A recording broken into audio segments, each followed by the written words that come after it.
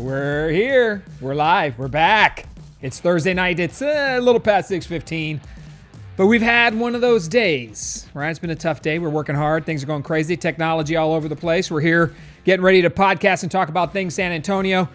We have, over the last couple of weeks, as we've been getting into, we've had some great guests that come on the show trying to show this both sides of the argument piece from Antonio Lee, where we talked to a gentleman on the front lines of the protests. Christopher Herring came in and talked about his concerns. And we've been really trying to bring both sides of the discussion in, right? And having conversation about what in the world is happening in San Antonio. And so tonight we're going to talk and just kind of freewheel a little bit tonight. We got some images and some pictures and some things we want to hit for sure. But we're going to be following comments and questions and answering, look, anything that comes to your mind. Salo's got the iPad up. I'm looking as best I can if I don't have my glasses on. If you see me doing this, it's because I'm going straight to the comments so I can see what's happening. But I'm prepared tonight, of course, to answer any question you have about how City Hall operates, what we think's going on, the issues downtown today, and a bit of frustration for a lot of folks about what's happening in our city right now. We're going to cover some of that and just general ideas about what's moving and happening in our city and how these things are going forward and what we really believe. We'll get to that in a little bit, but that's going to be the night tonight. Next week, we're back to some guests and some other folks as we walk into the election season and early vote starts next week. We'll come in with more guests and start to really do a few different things that are going to help us figure out, hey, who are we going to vote for? What's the state of our city? What are we looking at? What's happening across the country? And all these issues that are really bombarding us right now as a community, we're going to address some of those tonight and continue going forward in the future. But we'll be back to guests and stuff next week. But tonight, it's just a freestyle Q&A talking about what you think you want to know. Like what thought or idea or question do you have about City Hall that I can answer for you? My opinion on what's going on in the city and the leadership. Because after watching some things today, I tell you what, I had one plan about what we wanted to talk about tonight. But after watching what happened downtown today, and I've got some of it, and over the last 48 hours in our city, I got to tell you, I'm pretty disgusted. And it's a tough word to use. I'm pretty disgusted, though, with our city council. I think they're an embarrassment to the city of San Antonio, and we're going to have to really talk about those items today. And yeah, I'm going to riff on it a little bit, but I think what's happening downtown does not reflect our city as a whole. We're going to get into that tonight, and I've got some notes. But I want to take your questions and comments. If you think I'm full of it, hey, man, type it in there as well and tell me what you're thinking. I don't mind having the discussion, the back and forth. Sal's monitoring. I'm at. Charlie's here tonight as well. So everything's going great, and we're ready to rock and roll. Amato's here, too. He's out in the... He's outside eating right now. Amato's, of course, the 4-month-old. Yesterday or day before yesterday, 4-month-old. Yesterday, the 4-month-old Amato Miguel, who is our illustrious Salo's firstborn son. Absolutely amazing young man. He's here hanging out with us, too. I plan to bring him on a podcast one day. One day, we got to bring him in. He's got a lot to say. But we're going to be following and watching the questions, so let us know. As always, want to thank our sponsors. So first off and foremost, we're thankful to Chris Cano and Align Mortgage of Texas, the #1 VA lender in the state of Texas, soon to be the nation. And actually, they lend as far out as Hawaii and soon to try to conquer the entire state this Saturday, July 11th at 10 a.m. If you are a veteran, tune in. There is a live in-house presentation. You can come out here to 5590, 5590 Summit Parkway. Yeah, Summit Parkway, 5590. You can join us out here from this Saturday, Saturday, July 11th at 10 a.m. You can sit down with us and listen to Chris Cano talk about the VA home loan benefit. You will learn so much if you're a veteran with that benefits you have and how you can purchase a home. And this organization is run by veterans. It's started by veterans, and the whole purpose of this seminar is to serve you, your ideas, and education to help you get ready to buy. That's the VA Home Loan Truth. Please join us July 11th, 10 a.m., 5590 Summit Parkway. Thank you, Chris, for giving us the space and letting us do this. We appreciate you, brother, very much. And, of course, our friends over at AAA Garcia Bell Bonds, man, Louis Garcia. All right, this guy down here in the lower left-hand corner. Got to love this man's graphic right there. Look at those. The chains of the handcuffs are broken free.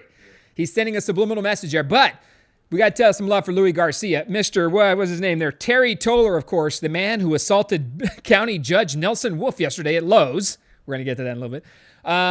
Of course, Louis Garcia stepped up and says, I will basically bail you out for free. Of course, if you don't accidentally get let out of the Bexar County Jail for free, Louis Garcia, AAA Garcia Bell Bonds, is going to take care of you. He committed to helping Mr. Toller. Thank you, Mr. Toller, who's quickly becoming the standing symbol of the anti-mask movement here in San Antonio. But we'll talk about that in a little bit. But Mr. Toller and Judges Wolf, little altercation, the assault yesterday at Lowe's. So we're going to get into that too. But AAA Garcia, Bell Bonds, Louis Garcia, thank you, brother. And of course, our realtor partners, the guys that jump in and help out as well. We've got Rebate House and Chris Marty.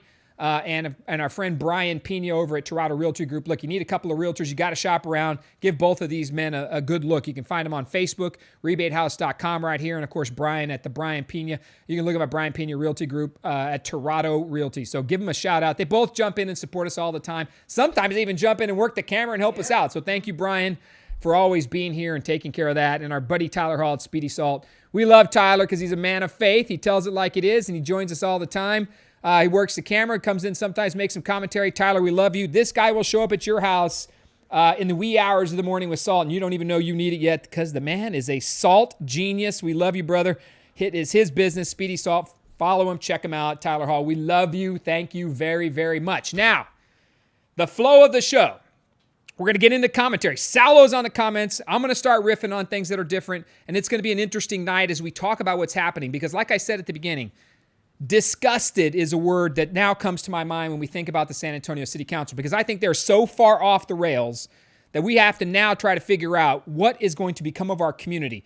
And they can play fear factor and all these other things about describing our city. And I'm here to tell you what they say is our city down at City Hall is not the San Antonio we are. I know it in my heart. I grew up here, spent my entire life in San Antonio. The people who are down there at City Hall representing us right now, at least they think they represent us. I don't think they understand what San Antonio is, and we're going to get into that tonight. Put it in the comments. But we're going to also take it one step further. I'm going to start a once-a-month program, at least once a month, where we're going to come in and have, fair dialogue. We're going to call this thing, it's going to be pretty cool. It's going to be called the San Antonio Supper Club. I don't know if you've got the graphic. You can put that up there, Charlie. But we're going to bring the hard discussion in, right? We're going to all sit down. I'm going to bring 3 to 5 different people, different perspectives, right? We're going to sit around the dinner table here at Align Mortgage, and we're going to have a good catered meal from a local restaurant, and we're going to talk about issues. We're going to try to pick key players, folks in this city who have ideas. May not be named people. They may not be somebody on the city council who makes it in the newspaper. It could just be a hardcore activist working their issues. They're going to get a chair at this table. And I'm going to moderate this debate as we eat and have honest discussion about what's happening in our community over food and some drink. and we're gonna do this once a month. Breaking Bread and Straight Talks, brought to you by the Broadcast. Be prepared for the San Antonio Supper Club, because I think one of the biggest things we need to do is to be able to sit down and talk again like human beings. I'm not saying we're going to agree, because the hardcore truth, all this garbage about, oh my gosh, you're this and you're a racist and no, you're a looter and this is rioting. All these opposite sides and opposite talks. The truth is, it's going to be next to impossible to unify a city. I mean, let's be honest here. There's so many different views that to bring all that together, yeah, right, there's going to be a lot of disagreement. But what we can get to is the opportunity to disagree and walk away from it without destroying each other, or in the process of this disagreement, not tear each other down to the point where it becomes personal humiliation.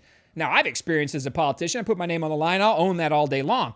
But a lot of our city right now, I got to tell you, people I talk to don't recognize San Antonio. And the San Antonio Supper Club, we're going to sit down. So I want to invite people like Councilman Roberto Trevino. I'm going to reach out to you, man. Sit across from the table, have a beer with me, or whatever you want to drink. Have a glass of wine. Let's sit down, and I'm going to bring in a good meal, and let's talk about it. Let's bring somebody in from Black Lives Matter. Let's bring somebody in from the Pride Center. Let's bring somebody in from the Catholic Church. Let's have these folks sit around a table, the 5 or 7 of us, and just talk about what the heck is going on, and give each other the space to be us, right? To just be who you are. And then the ground rules are you part no matter what, not necessarily friends, but you part respectful. And we have to start, I think, as leaders, modeling the way to success. And this is going to be a very important term when I'm talking about modeling the way. And I'm going to show you ways in which the San Antonio City Council doesn't model the way of success. What they're doing down there is dividing our city.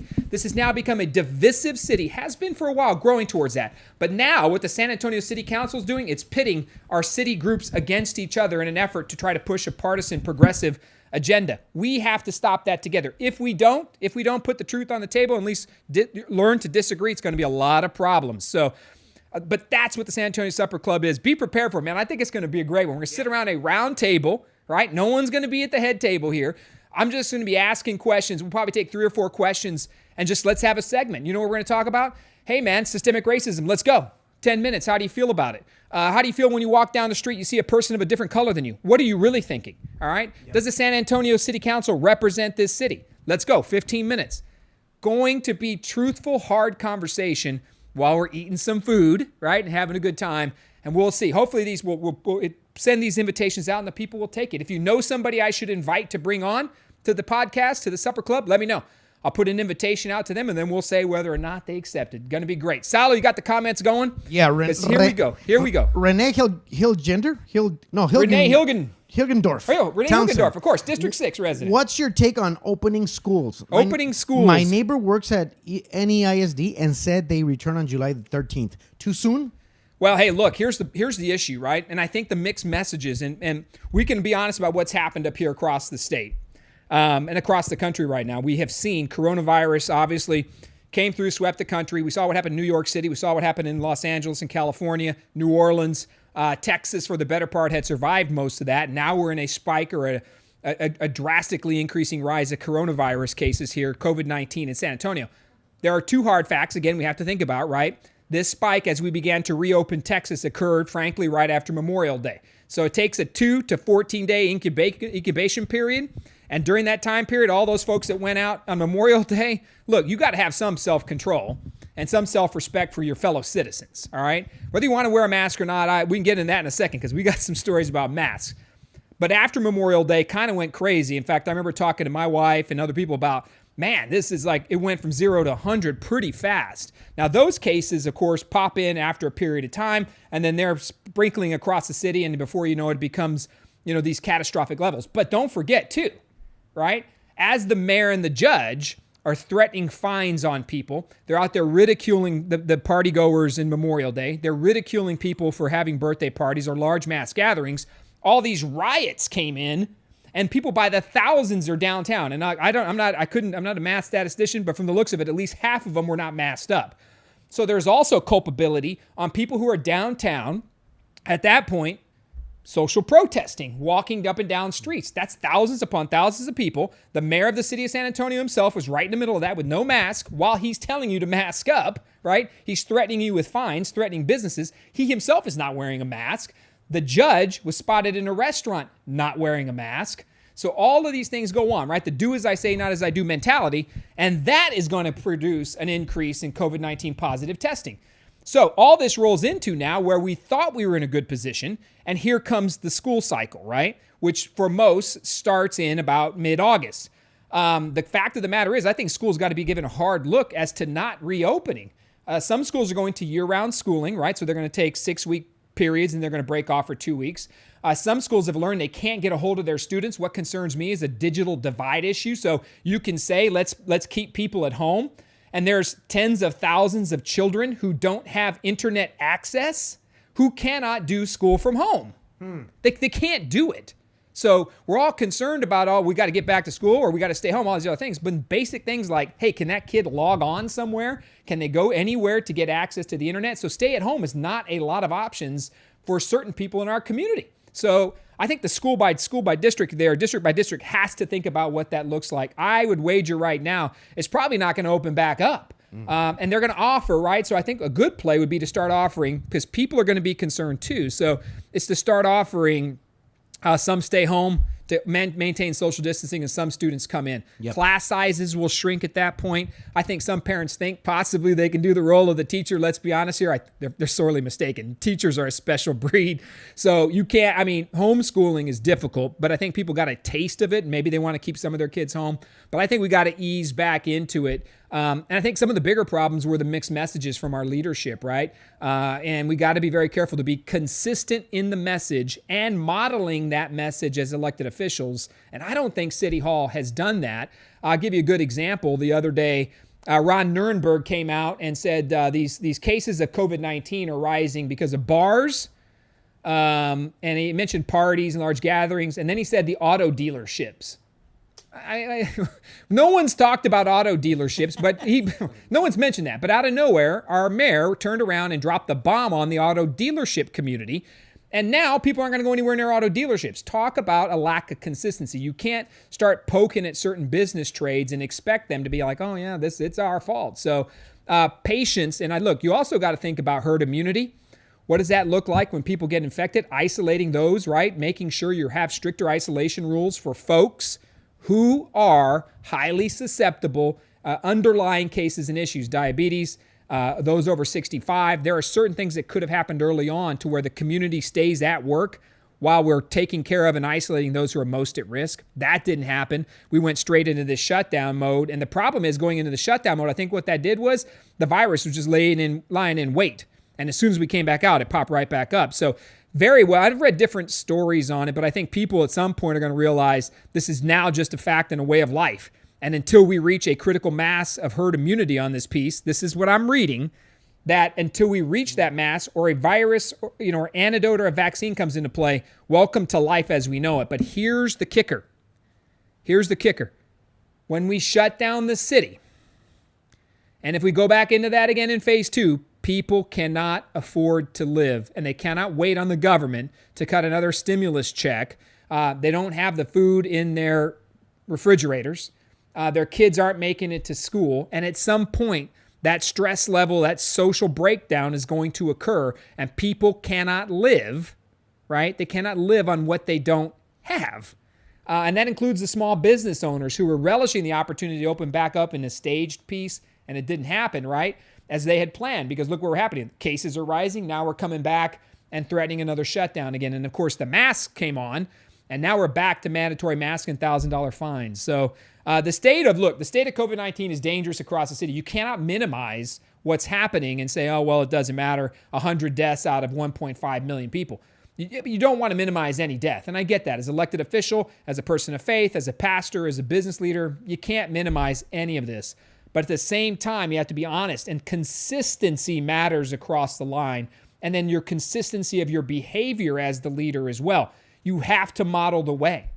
And you cannot be sitting there praising protesters who are not masked up, right? Who are crowded by the thousands, and then ridicule people at a Memorial Day party, right? Just because it's not politically expedient for you and you don't believe in it, but you believe in the protesting piece of it, right? So we have to play that as equal and positive. The city's all about equity and being the same for everybody. Man, they don't act like it in their pieces, right? Take the defund police movement, for Pete's sake. The city council wants to defund police. And this I've got to tell you. By all means, Ron Nirenberg and every one of you city council members that thinks defunding police matters, please remove your security protection immediately. Model the way then. The mayor doesn't need to be driven by an SAPD officer, because if that's a systemic racism issue, then the mayor shouldn't have an SAPD driver, which he does now. The city council should not be protected by SAPD officers, because if that is a barrier to the community and it reeks of systemic racism in the minds of the San Antonio City Council, then by all means, relinquish your security protection. Ron Nirenberg. Send him going. Send him packing. Goodbye. You have an SAPD driver. That is a barrier. If you believe what you're saying, you threw your fist up today, and if you believe that SAPD has systemic issues, then remove your protection. All right? Remove your PD protection and drive yourself around the city. Right? Don't keep a barrier that's systemically racist and broke down, Ron. City council members, don't do it. You know, I don't know if you know this, but city council has 2 police officers positioned at each corner of the dais so that nobody can make a mad break for them or attempt to assault or attack them. Well, maybe then some of the first defunding should go towards the city council. That's what I think. I think it'd be good if we just don't give them any protection. Are those paid more? No, they're paid the same as regular officers, but they have an executive protection detail. Ron, if you got problems with it and you want to cut it, cut your own. Wow. Model the way. All right? If you can find the time to throw your fist up at City Hall during today's council meeting, you can find that time. You can find the time to go down in the middle of a rally with no mask and talk about things. I appreciate that. If that's your position, great. But don't forget that the system you are trashing is the same system protecting you. Yeah, little inconvenient fact right there, right? Inconvenient fact that the same system you're trashing, all you council members down there, from 1 through 9, all you council members that were complaining about police officers, if that system that protects you isn't good enough, then start at home and clean up your own act, brother. Don't use them. Don't use them then. And when you need a call, don't call them. Call a community ambassador. Call a community organizer. Someone's breaking into my house. Hey, can I get the community ambassador on the phone here quickly? Yeah, it's a home invasion happening. Can they please show up? Yeah. No, we need to be here an hour or 2 from now. I need a counselor right now. Someone's trying to break into my house. Yeah, no.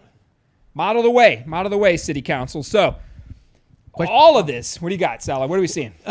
Sita Jean says, who has legal right to remove statues in our city and or Texas? They want to remove a downtown statue of Christopher Columbus. They already splashed red paint on it. Statues. So, look, we also have to take stock of, in a statue argument, look, nobody, I believe, right? You don't have the right to go downtown and destroy the property. The president's about to make a move to protect statues across the country. That could elevate this, obviously, to criminal level, and then there's going to be law enforcement protection, and that could elevate a situation to where it doesn't need to go.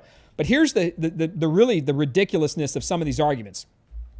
Right now, we're trying to take down the Columbus statue because people find the Columbus statue racist. Due to the indigenous issues that we've seen across the comments talking about from different folks in our community, whether it's the Italian Society, whether it's Roberto Trevino, or just citizens who say, hey, look, indigenous persons existed in San Antonio. This country wasn't discovered by Christopher Columbus. It was already here. There's great arguments when you sit down and you honestly talk about somebody who argues in favor of indigenous persons. There are good arguments there. And those folks, I tell you what, I've sat with them, and they make fair and reasonable arguments, and they always want to have a dialogue. One of them is named Antonio Diaz. He ran for mayor last year. Him and I would talk about indigenous persons and what San Antonio was before it was even discovered, right, by Christopher Columbus. So there's good arguments to be had in there.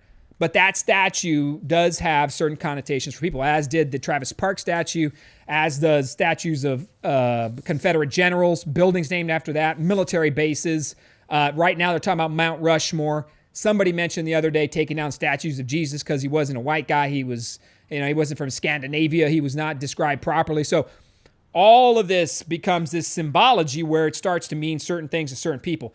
Folks, you can't please everybody in the discussion. But some of these people are not really thinking very closely on what this stuff really means. And I'll give you a great example.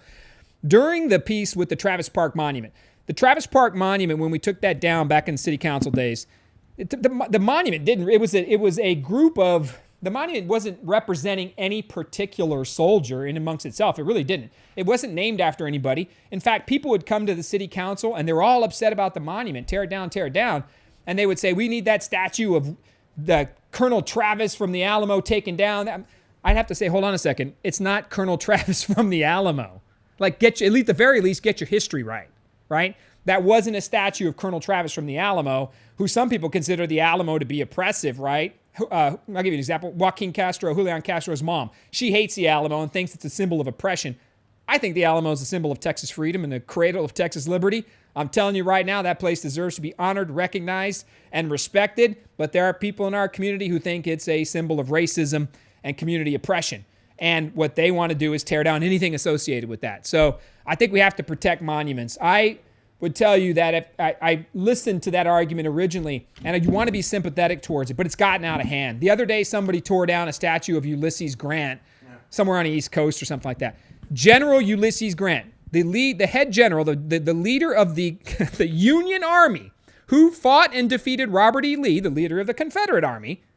They tore down General Ulysses S. Grant, former President Grant's statue, because it was offensive to them. Probably didn't even know what the heck they were tearing down, but they tore it down nonetheless. What is going on? And then we talked about coming in and tearing down, of all things, statues of Jesus. We all know the historical roots and faith. If you're a Catholic, you know it, you study it. Baptist, it doesn't matter where you come from. Jewish, it doesn't matter what religion you are. We know the history of Jesus. We've all heard it, learned it, and understood it. And over time, those statues, they look different in different communities. I get it, man. I understand that. Some are lighter colors, some are darker colors. It depends on where you go. But this movement to tear down any white Jesus is absolutely ludicrous. And it's just what it's going to do is create more social fault lines that are going to lead to unrest, but civil unrest, attack, and personal damage at that point, right? But this is where we go to the inability to respect anybody else's belief. We are a zero-sum society now. You are either with me or you're against me. There ain't no in between. So people talk about unifying a city, right? We heard from the city council today. We have to unify San Antonio. And I think John Courage said we need to have a unity council. Come on, man. Look, I can accept the fact that we cannot unify everybody's beliefs. 100%. That place is not a city you want to live in. It's not a city you want to live in if you say we all need to unify and believe the same things. Yeah, hell no. That's not the community you want to live in. You want to live in a community that respects everybody's individual rights, right? And understands that while you can say whatever the hell you want to say, I get to say the same thing too. That's not how it works anymore in San Antonio. And that's what makes it ridiculous. That you do not respect other people's views. I'll bring anybody in here all day long and have a conversation with them. Man, tell me what you think. If you think I'm ridiculous, let me have it. Let me have it. Look at what Angela says. What does Angela say? Angela says, I feel City Council has decided to hold citizens hostage. I felt disrespected by the mayor, and he used God's name in vain and said, God bless all this in the same breath. Yes, and I just read, okay, hold on to that one. I just read a comment from Gabriel Gregory. He's on the other side. Yeah. My debates. Usually he votes on the other side, not usually, he always does. But Gabriel is a good activist in our community, works hard. He said something very good. He said something right now, I just saw it pop through, but I lost a comment. He said, you can be against SAPOA, the Police Officers Association, the contract, and their union, and still support men and women in police officers in uniform. Yes, you can. Yeah. You cannot like SAPOA. More power to you. You can hate unions. Gabriel is absolutely right. You can do both. But Gabriel, here's the problem. Most people on your side don't believe that way. It's either with us or against us. And if you're against us, I'm going to destroy you at every possible cost. I'm going to go after you personally. I'm going to attack your family. I'm going to attack your wife. I'm going to destroy your children. I'm going to come after every bit of your existence. That's where we are at. Let's not sugarcoat this. It's not we can do this. No, these people are never going to change. The people that are in there looting and rioting, they're here to destroy, folks. They won't be satisfied. They're not going to be satisfied with anything. Yeah. So you can do the Can't Wait 8 at City Hall on the police reform issues. And then after the Can't Wait 8 is done, here comes the next 10. And here comes this, and here comes this, until we're walking around with a bunch of community ambassadors and you call 911 and guess who shows up? Nobody. No one's going to show up. Hey, handle that yourself through mitigation techniques and don't rise and be careful, man. Why don't you just reason with that burglar coming into your house? I got a great idea. No weapons for anybody. Sit down and have a mediation. Arbitrate that break-in right there. Why are you so angry and breaking into my house? Hold on a second. Hold on. Man with gun breaking into my home. What oppressed you to make you do this, right? I got to know. Why are you breaking into my home? How do you feel? Really? How do you feel? How do you feel? Why are you doing? We need police. We have to have them there. They have to be armed and prepared to keep the line held from chaos and good. Great. Folks, there's chaos. Noah Sorry. says, check this out. Invite some retired SAPD that can actually have an opinion and voice and not get in trouble. Yeah, you know what? Because here's a If hard, anybody, if here's a anybody hard knows truth. anybody, that'd be awesome. Here's a hard truth. So good comment. Who said that? Hold on. Noah Ballard. Noah Ballard. So Noah Ballard. Oh, by the way, Noah Ballard with the Valor Group, San Antonio's finest realty. Give a shout out to him. Noah Ballard's also That's him? a great real estate agent. Yes, thank you, yes, Noah. yes. Good. So good Noah, random shout out right there, random business shout out. So Noah has a great point, and this is something I want to make sure people know. Police officers and firefighters cannot go out on social media and defend themselves. The city of San Antonio right now is monitoring police officer, firefighter, Facebook pages for anything they consider to be subversive. And if it is, they're going to attempt to fire them. That is 100% the truth. There's over 250 or so officers and firefighters under investigation right now for their posts on social media. That is the city you deserve. That's the city you have. They are going out, and if you disagree, they've tried to terminate a few of them. Now some get terminated because they post, I get it. You can't post things that are going to incite riots or attack people or threaten someone's life. It's not a free speech zone from the sense that you can just go out there and, try to destroy a human and say, let's meet at Ron Nirenberg's house and kill him. You're not going to say that stuff. You do it, you need to go down. You're going in. But I'm talking about honest and rightful disagreement with the city council. You can't do that. I mean, you can't do that at City Hall anymore. They have somebody right now, a team of people at City Hall who are monitoring the social media pages of firefighters and police officers. They've got a black book on them at the office. They've got their names in there. They're investigating them, and they're attempting to terminate them over their posts. Racist posts and personally attacking posts that threaten people's lives or safety. Call them in, get it done, do what you got to do all day long. And the chief of police and the fire chief should be able to do that. But investigating them because they disagree with Ron Nirenberg, get the hell out of here. You can't. That's ridiculous. That's your city right now, right? That is secret society right there, right? Somebody, and they got some little city employee sitting there monitoring people's Facebook pages. We can't have that. Not in San Antonio. Just because you disagree with the system, it doesn't make a difference. All right? And if you want to say Ron Nirenberg's the worst mayor you've ever seen, he's ridiculous and his policies stink, go for it. If you're a police officer or firefighter, you're going to get rung up. Be prepared. You're about to get attacked and your job threatened. That's what's happening with our police officers and firefighters right now. And you can't run from it, city, because you know you're doing it. It's hundreds you're after. So firefighters and police officers can't defend themselves. So Noah says, it's a great idea. Is it possible? Bring them in. Yeah. Can they still talk after they've... After you've retired, you could come in and talk. So right now, if you got retired police officers or firefighters, you want to do a show with me, message me. If you know somebody, tag them. If you know it, tag them. Tag them in the comments, We'll bring please. them in for one of our dinner nights. Oh, We'll sit that'd at the be table awesome. and talk about what That'd be policing awesome. really is. Hey, Selena says this amazing comment. Councilman Andrew Sullivan says, support Black Lives Matter, period. Did that mean their entire anti-male, anti-Christian, anti-family agenda? I don't think our full city really supports that. Ooh. That's a very loaded comment. Well, I mean, It's got different layers. and I think people will also say, and I lost a comment here from Alondra. She put something really good out there. History's found in books. Well, she's talking about histories and statues. Black Lives Matter. Someone does not like John Courage. Imagine that. Look, we are in a loaded time period. You cannot say something and not get responded to. And it's really a 40-40-20 world. I always like to say this. 40% are going to love what you say. 40% are going to hate what you say and 20% aren't going to have any clue what's going on in the issues of the day. Like they're just going to wake up and make their opinion based on wherever the heck they're at. So we live in a split society. So when we think about all these things and statues and what Alondra just said as well, it's a very good point. We're not going to learn anything from a statue and in the defense of these things. And there's a lot of history that's being rewritten. You know what? I get that. There's a lot of things in our community that are changing over time. right? There's a lot of beliefs that change over time. Black Lives Matter. I have friends that came on the show in the last couple weeks, and you're damn right. Of course. I mean, look, man, Black Lives Matter. Everybody, I don't know anybody that disagrees with that. Do people have the courage to say it out loud? I don't know. I'll say it. But Black Lives Matter. I don't have The intention is good. Exactly. The intention is good. Sal is exactly right. The intention behind that is 100% fair and good. Black Lives Matter. I 100% will stand up and defend that any day of the week. And you cannot dismiss what we see as a genuine concern. If you're a leader of an entire city, you cannot sit there and say, Black Lives Matter, who cares? LGBT lives, I don't give a damn about that. I only care about the 49% that voted for me or the 52%. You can't do that. So Alondra and Gabrielle and all the people on the other side of the argument, and my friends like Ty Grant who have come on and called me on the carpet for my beliefs, I 100% respect the right. We got to come at it from all angles. If you lead this city, you must respect as many of us as you possibly can, all of us.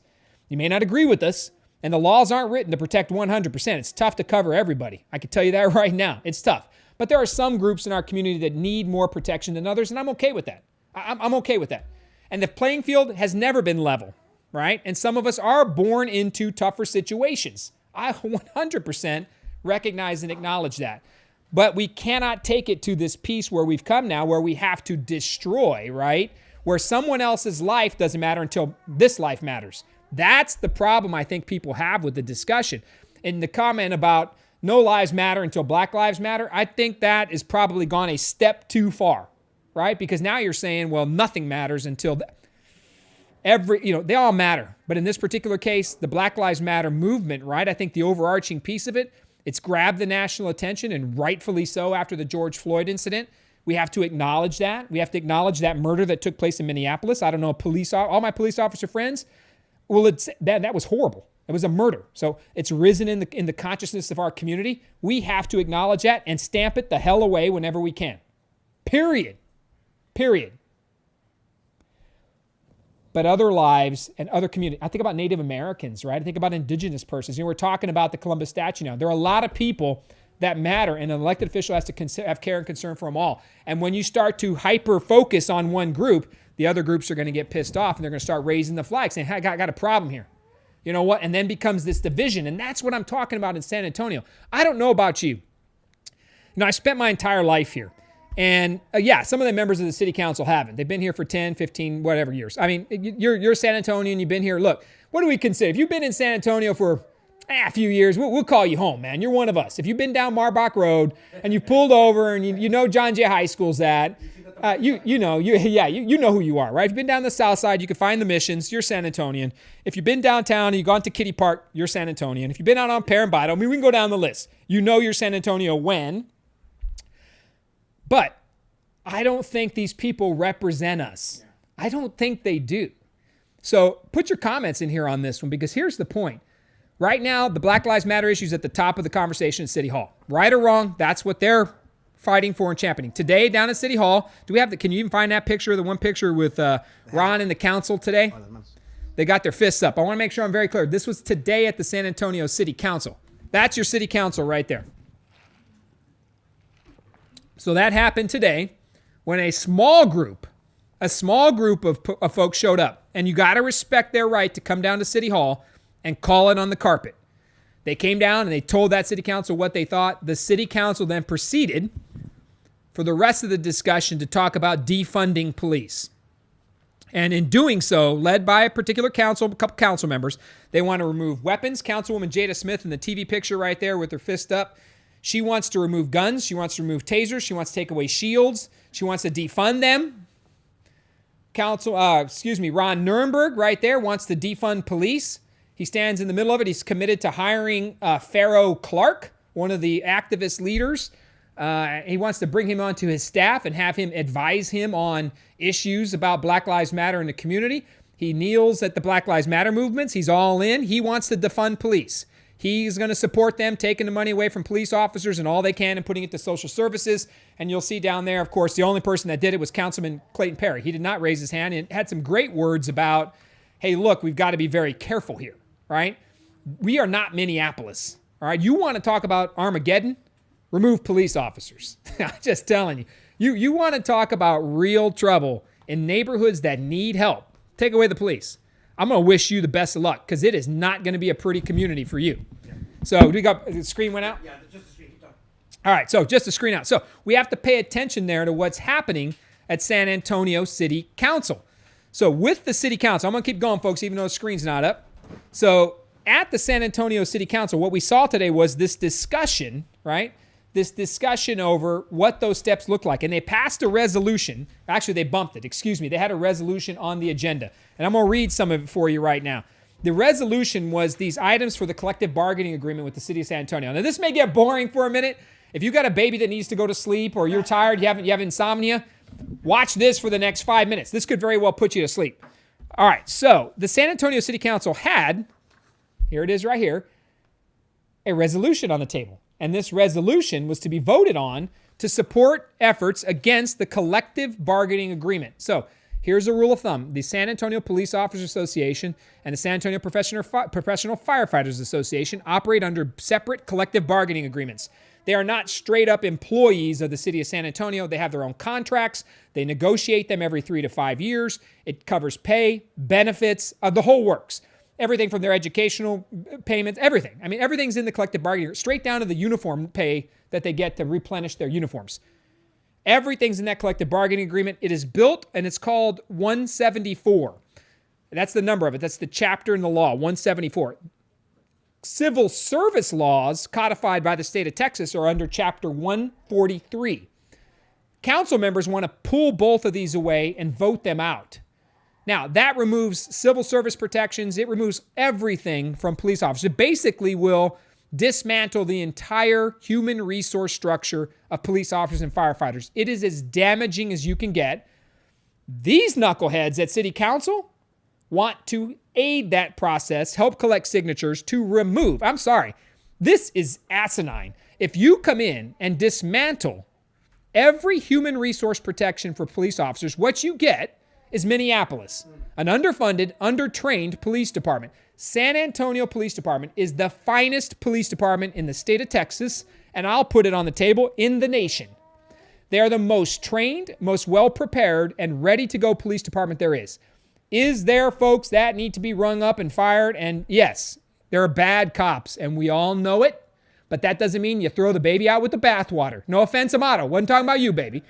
You cannot eliminate the entire department because of some murderer in Minneapolis. Now, do we have problems in San Antonio? Yes, we do. Is there room to negotiate contracts with the police officers and firefighters? Yes, there is. It's done at the bargaining table, not in the media. You can't do it in the media because you are lying about what the contracts really are and what they do. Here is some of this resolution. Now, this resolution ended up being bumped back to August, not to be voted on yet because, of course, these spineless people at City Council don't have the courage, right? They'll stand up there all day long and take the photo op, but they don't have the nerve to put it on the line because they know what's going to happen.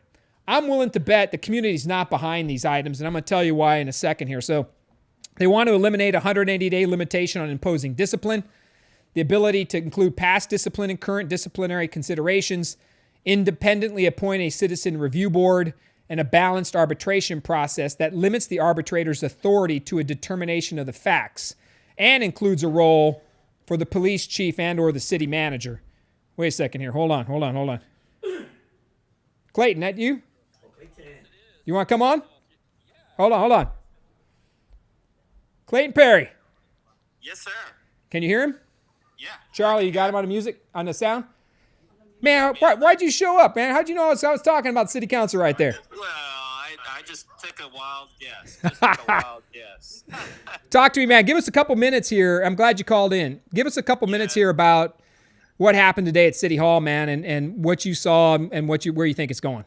Well, number one, we've lost decorum here in City Council. There's no decorum left. People can get up and yell and scream and curse and not have any sign-up time. They can just do whatever they want to nowadays. And this isn't the first time it's happened. And I'm very disappointed in that we can't maintain control. I was getting ready to walk out of the council today. I don't know if you listened, but I watched it pretty much. I got beat up pretty much today, but that's okay. I got thick skin, and I'm gonna hang in there. I'm going to hang in there. But yeah, this resolution today was another one based on the mayor's memo, and got no coordination. I did get to see it on Monday, and I made some comments, and some of those were incorporated, but no other organizations were brought in to take a look at it, and that's what created some of the problems today. What when did council members actually see the resolution? Well, I didn't see the final copy until I think it was early this morning, or Wow. maybe late last night. So I didn't get a chance to see it until right before the meeting. And again, this is typical. You don't know what's going to come out until right before the meeting, and you don't have a chance to talk with anybody about it to see if they support it or not. And that's just not the way to run this city. So to be clear for the people who are watching, these resolutions are voted on. A resolution is a non-binding item. It doesn't have any laws or ordinances or teeth behind it, but it sets the tone for what the city council wants to do. And in this particular case, these issues with the police bargaining agreement, the police contract, the members of the city council saw this resolution mere hours before it was to be voted on. Yep, exactly. Okay. And it was based on the mayor's memo that got sent out this last week. And again, we never discussed it. We never talked about it. I got a copy of it on Monday. I made my comments in there, but I didn't see what the final was going to look like until right before the meeting. Clayton, what can we do to help you? What can we do to help you at least get fairness out there, right? Like, I think it's ridiculous that you're voting on something, seeing it an hour or two before the actual vote, and that there was no public input on the resolution. There was none.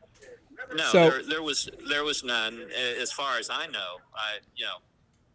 I don't know if the mayor's office reached out to anybody on this thing. Certainly not the union to say, hey, what do you think about this? What issues do you have?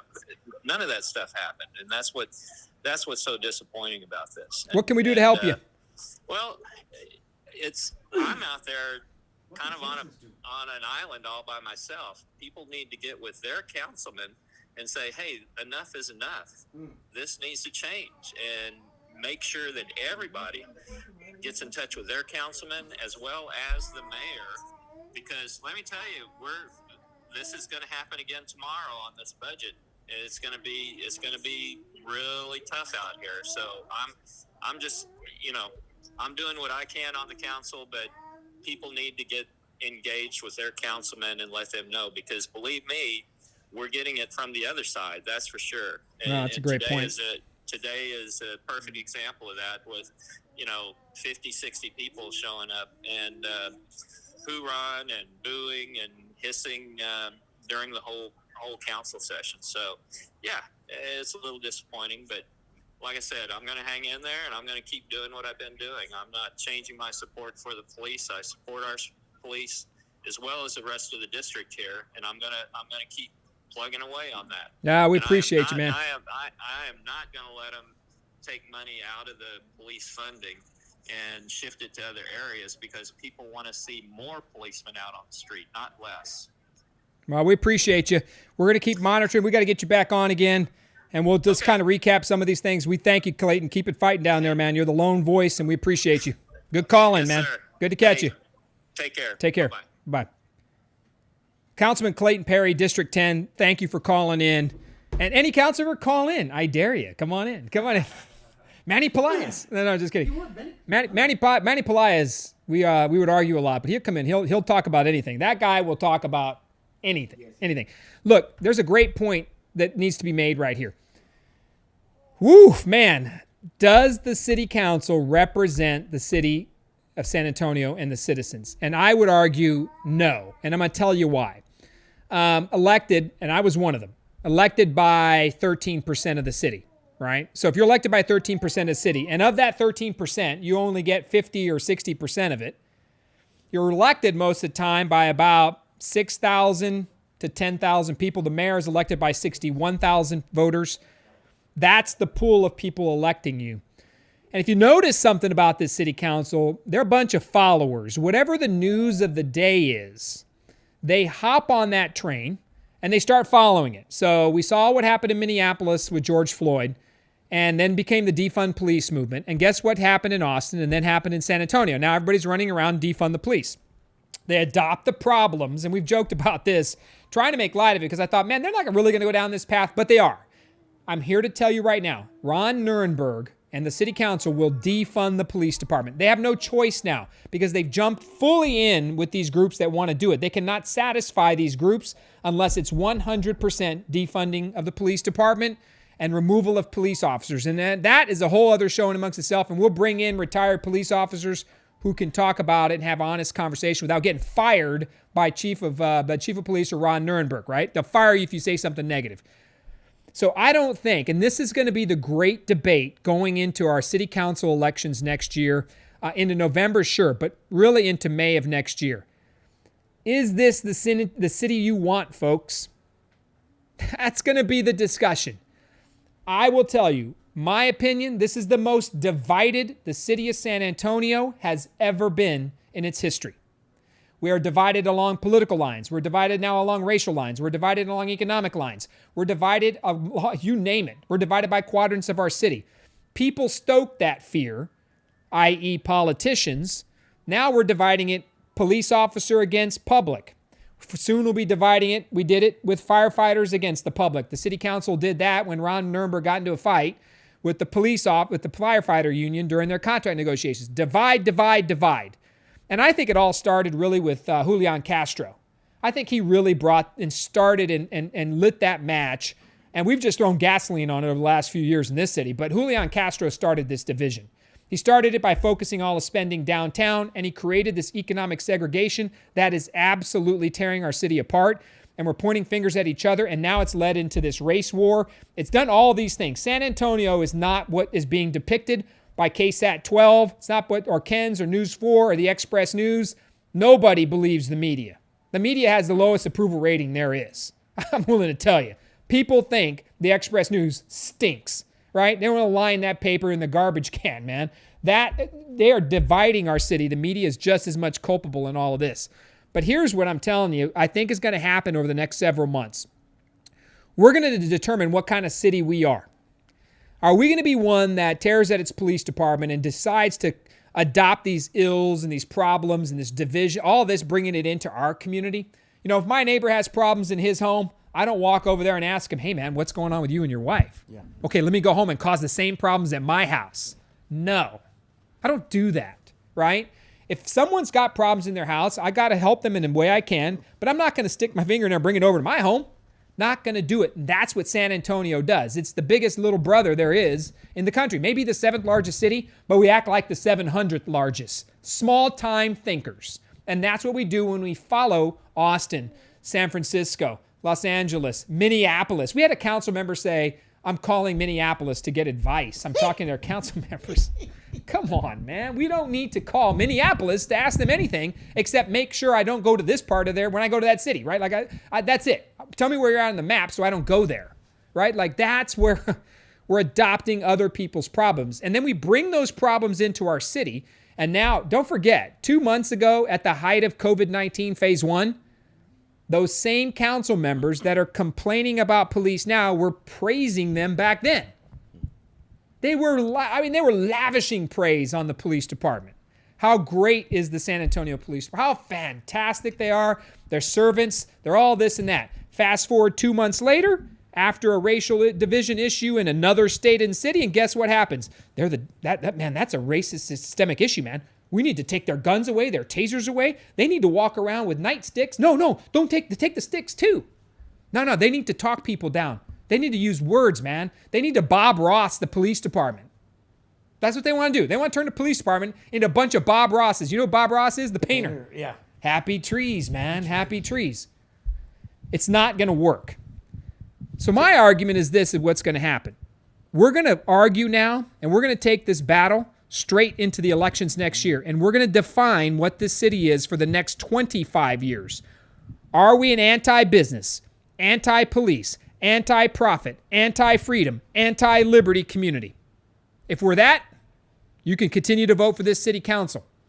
Or are we going to fix our problems, right? Are we going to talk about small business owners? Are we going to talk about our community? Are we going to protect the auto dealerships, not, target them? Are we going to make sure the police department's part of the discussion and have a humane decision and discussion about what it means in policing in this new century? I'm all for that discussion. So is the police union. Let's have it. We're not going to demonize them and cut them off as a disgusting, sick member of our community who needs help, who's systemically broken. No, they're not. Are we going to acknowledge that San Antonio is what we did? 2018, we had our 300-year anniversary. We bragged about how diverse and wonderful this community was to the globe for a whole year.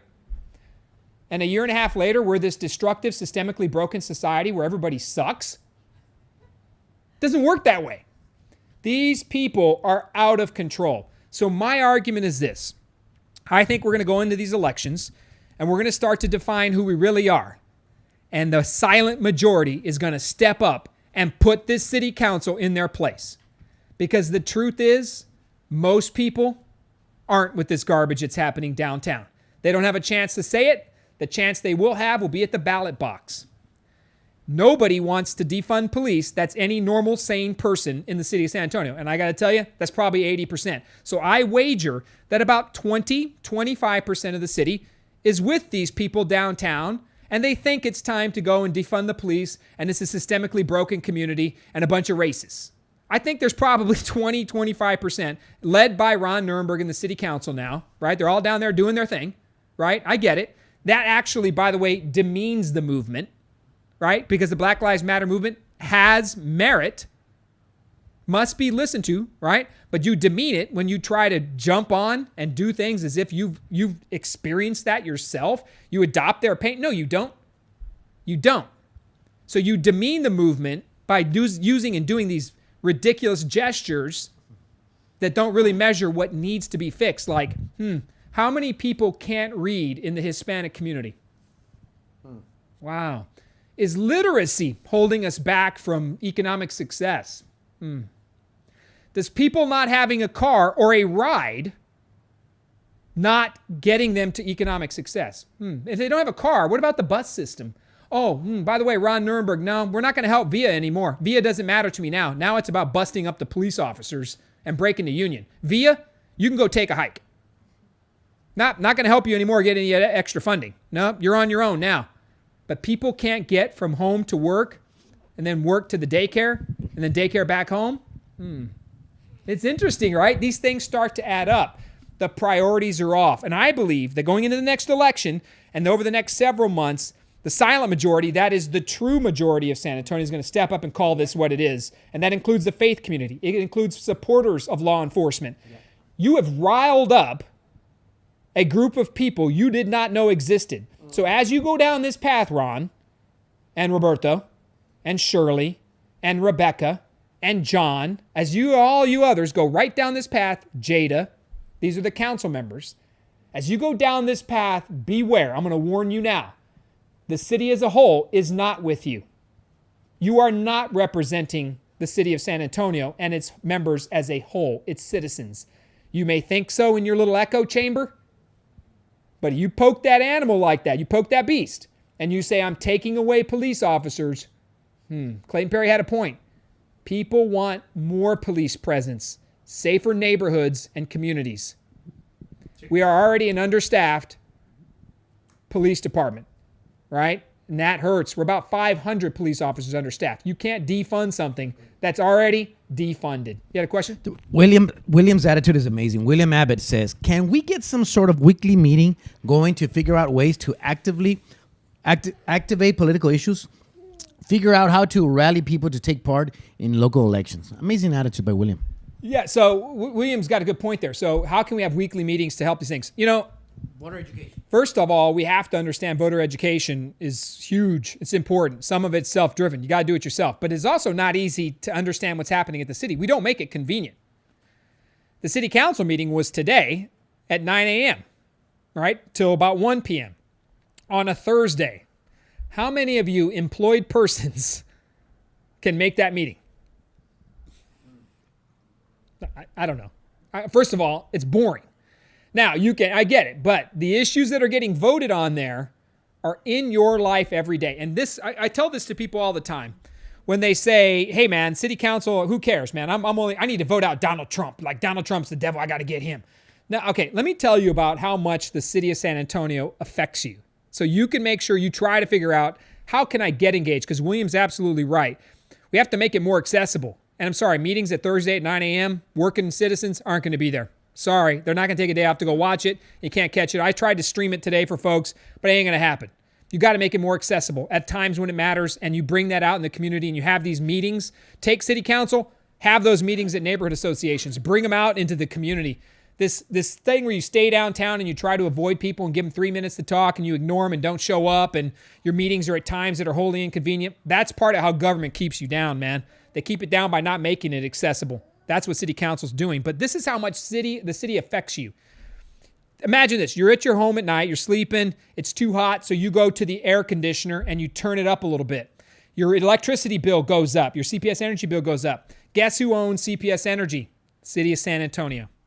You pay more dollars to that. A percentage of that money goes to the city council and the city of San Antonio. They spend your money. Let's say you let that shower run for an extra 5 minutes before you hop in. Guess who owns saws in the water company? The city of San Antonio. Guess who gets a portion of those funds? The city of San Antonio. Your water bill and your electric bill. And all you did was get up in the morning and get ready. And the city is already messing with you. You pay your property tax bill. Portions of that go to the city of San Antonio. You get in your car. You have to have registration. You have to drive a car and pay taxes. You pull out of the driveway onto a city street. You stop at a city stoplight. You get pulled over by a police officer. Your whole day to when you come home and get back in that bed, you are interacting with the city of San Antonio. And it is costing you the good old green. It's costing you bucks. Pay attention and realize that, I want you to think about this too. You walk out and you see a neighbor's house that's not cleaned up or the lawn hasn't been mowed. Where's code compliance? City of San Antonio. Your parks, City of San Antonio. You're interacting all day long with government and you don't even recognize it. You go to Valero and buy your kid some Chinese candy. Oh, I shouldn't have said that. Oh man. You buy yourself some salted plums at Valero, right? You go buy, I can't believe I said that. What's wrong with me? You go buy the salted plums at Valero, the taxes you put straight to the city of San Antonio. I told my son the other day, we were just goofing around. I said, are you a taxpayer? Because we have those kinds of discussions. My son as well wants to be the mayor one day. And I asked him, hey, are you a taxpayer? And he goes, no, I don't pay taxes. I said, yes, you do. You took your dollar and you just went and bought a soda from Valero. You paid. Every person who puts a buck into somewhere in this city that pays sales tax, you are a taxpayer. I don't care how old you are. Teach your kids that.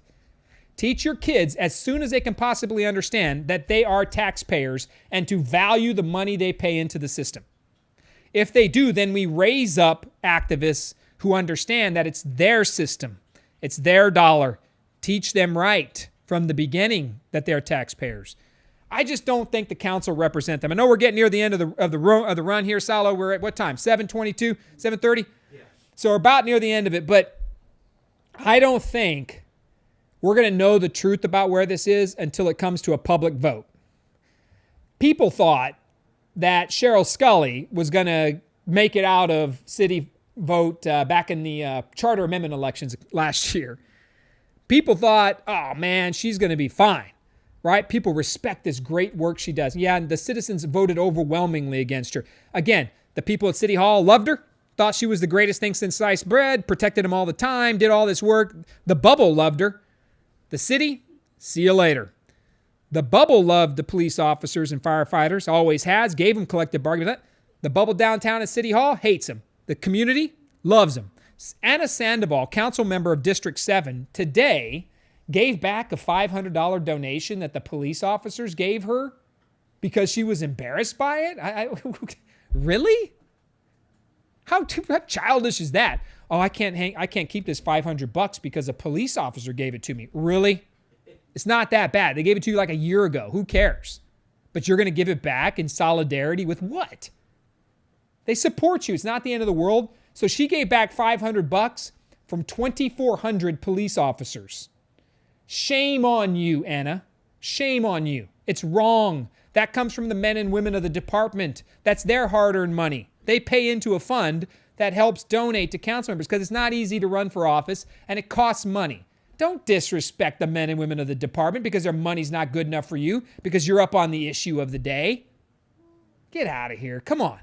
You don't represent San Antonio City Hall. We got to prove that at the ballot box. And it's going to be tough. And if this is the city we want, anti-business, right?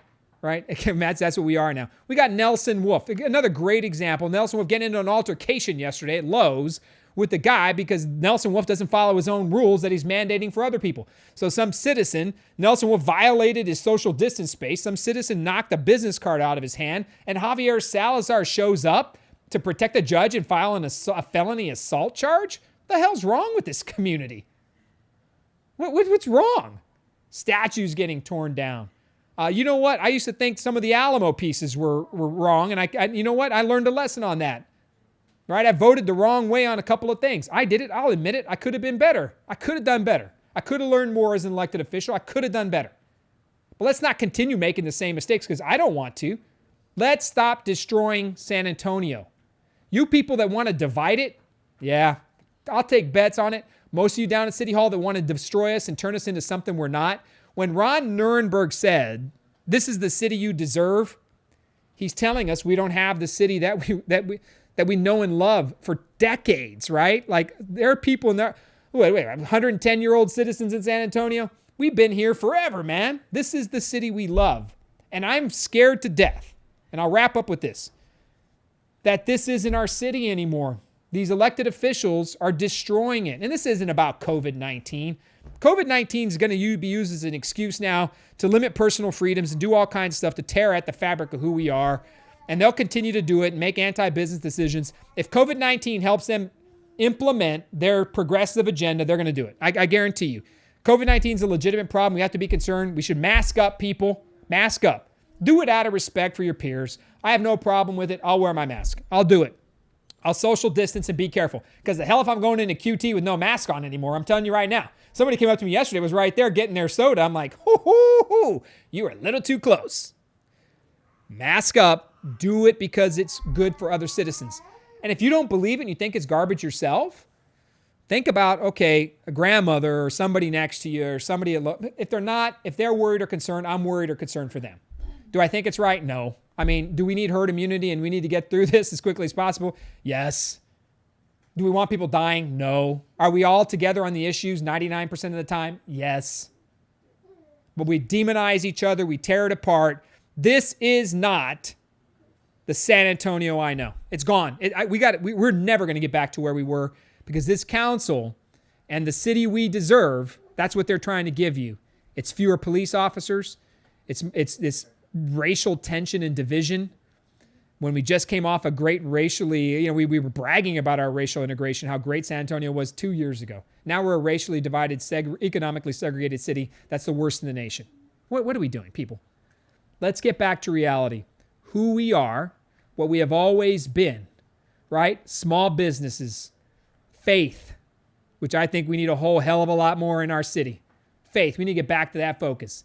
Small businesses, employing 80% of the people in this city, helping create jobs, workforce education, transportation. Look, we got to make VIA better. We don't have to tear them down. The bus system matters, right? Now we got to be thinking about how we can get people to work, not limiting their options to get to work. Jobs are what's going to get us out of this problem. More money and opportunity. Someone owning a home, for Pete's sake. Home ownership used to be the number one path to wealth in this country. Now it's mocked. Own a home. How do we get people better credit scores? How do they pay their bills? Jobs and workforce education and training, and not training them for the green energy future of America. People need the jobs now. They need the jobs now. What does that look like? Skills and trades, iron workers, right? I mean, you go right down the list, electrical. I mean, whatever the list is, people working with their hands every day creating. We got to get back and investing in that, investing in their opportunity to travel, home ownership, credit scores. All these things are what's going to drive our economy forward. As we continue to rebuild this city, we have to be cognizant of that. This isn't about turning us into a green city where we're all living off a bunch of solar panels, driving solar cars and flying. Get out of here. What I see coming out of COVID-19 is an opportunity to get back to the basics, back to what made us who we are. As this council tries to push us further away from that, we need to grasp hold of that, folks, and remember who we are and where we came from and what San Antonio really is. And it includes the indigenous conversation. It includes Black Lives Matter. It includes the Hispanics in LULAC. It includes, you go right down the list, man. It includes the South Side. Enough of the division, City Hall. All you hear out of them is all these groups are boom, boom, boom. That's all you hear. We got to change it ourselves. We got to show them that they don't represent us. We got to figure that out over time. We thank you for always tuning in and making it happen. Tonight was a kind of a free-for-all conversation. It is what it is. Sometimes we get like that. We'd had a couple of 2-3 shows in a row of guests. Next week we're going to be back. I've asked Chris Forbrick to come on. He leads a Swimby. I got a woo. I've asked Chris Forbrick to come on, former president of the Stonewall Democrats. We've also asked, and we're hopeful to see John Austin running for Bexar County Republican chair. We've asked him to come on. Hopefully he can make it too. Again, two diverse conversations, separate times on there. We'll talk about the issues of the day. Be prepared for the San Antonio Supper Club. Send me 5 names. Give me 5 names of people you'd like to see sit around a table, have dinner, and talk about 3 to 4 issues of what's happening in our city. Let's do that. San Antonio Supper Club, brought to you by The Broadcast, premiering probably in the second week of July. Going to give us some time to advertise it. But we're going to have a great discussion next week. Look, man, we can get gnarly on each other, right? We can get tough. We can have some cross words. People do it with me all the time. They say horrific things about me. And they'll do it to my wife and my kids and my family. Well, that's just how people are. And they'll do it to you too if you step out and say what you think. But I will engage anybody at any time on any issue, anywhere in this city. My challenge is to you, show up and bring your best argument. And let's have a real conversation about the future of San Antonio. And the best we can do is part friends. And if we can't part friends, let's part respectful that at the end of the day, this is the greatest city in the country. We've lost sight of that, people. And if we don't get back there, man, if we don't think more about ourselves in positive manners and ways, we're going to continue to get what we saw today at City Hall. And what we're seeing across the country, they damn well will be our problems because it's a self-fulfilling prophecy.